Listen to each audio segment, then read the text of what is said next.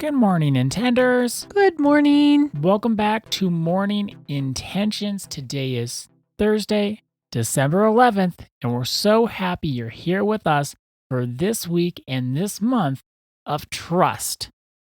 Annette, what is our topic for today? It dovetails our discussion yesterday because we were talking about I go into self-doubt, you go into overthinking. There's an important element here, and that's the people that we surround ourselves with.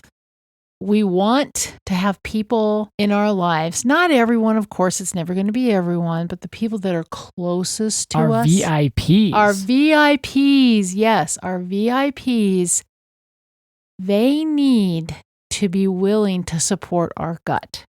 They don't always have to understand our gut because it's our gut, and how are they going to understand it? How are they going to always understand our intuition or our inner knowing? They may not.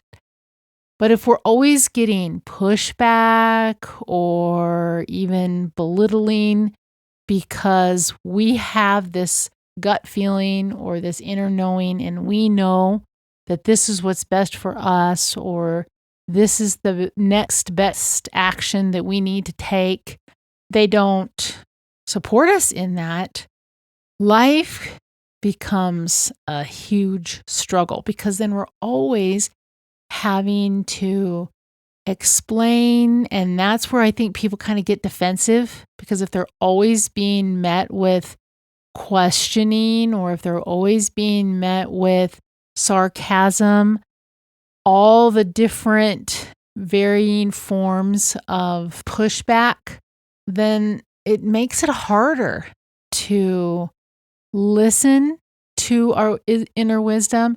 I've had times where I had inner wisdom. There was a lot of, I'll just call them naysayers around me. Then I just kind of gave up. That's where the self-doubt, then I've done the same thing. you just kind of just say, okay, well, all right. You can also give up before you get started. Yes, you can say, think I know this is what's going to happen. Yeah, so then you say, I'm not going to do that because I don't want to deal with it, or I'm not going to have the support I know I need. And then you start censoring yourself, whether it comes to what you're going to say or what you're going to do. And that stops us from listening to our inner wisdom, because why would we listen when we're not even going to use it? Well, and this is where this kind of can get complicated. That's why it's called trust. Because if we're trusting our own intuition, inner wisdom, inner knowing, maybe we have to have a difficult conversation with some of the people that are our VIPs. If they're not showing up for us and there's a lot of contention and they always give us pushback, that's where growth comes in. That's where being authentic and learning to speak our truth and learning to speak up for our needs and share our feelings and make hearable requests. That's where everything that you and I try to practice and we teach, and we do practice every day. I mean, the reason I love getting up and going to work every day is because I get to practice once again. Because everything that we teach has helped me in some way in my life. Otherwise, we would not be teaching it. One thing I know is it's incredibly important, essential to have the people closest to you support you, even if they don't always understand you, or even if they have a different idea. They can have a different idea and you can have a conversation about it. But if you really have this gut feeling about something, and I'm not saying that they don't share their opinion or they don't talk to you about it. We're not looking for yes men. No, we're not looking for yes men, because that doesn't work either. But if you feel strongly about something, let's say you need a career change because your job is so stressful, or it doesn't fulfill you, and you're 47 years old and you say, oh my goodness, how is this going to be? I'm still going to be doing this when I'm 55, when I'm 59. The people that you surround yourself with must say, okay, maybe we're going to take a financial hit. Maybe we're going to have to be creative and we're going to have to phase this in, but I'm here to support you. I'm here to show up for you. I'm here to help you honor your gut. So surrounding yourself with people who support your inner knowing, not yes men, but support you when you share what's true for you, is essential for happiness and peace and joy and feeling contentment and all of the various forms of love is our goal. That's our goal. Because staying stuck and not being able to show up as who we truly are, as what we truly believe, as what we need, that's when we're not being authentic. That's when our inner gut gets pushed down, our inner knowing set aside. And then what typically happens, what I've seen as a coach, is people just start going through the motions. Okay, I guess this is my lot in life. And it's sad to see. It's sad to see because you can see it in people's eyes when they've lost hope. And I believe that we lose hope when we can't honor our inner knowing, or when we have been so filled with fear because maybe we have been belittled, maybe we have been shamed when we have shared what's true for us. And then the light goes out of our eyes. The first year that we were making morning intentions, we talked about smiling with our eyes.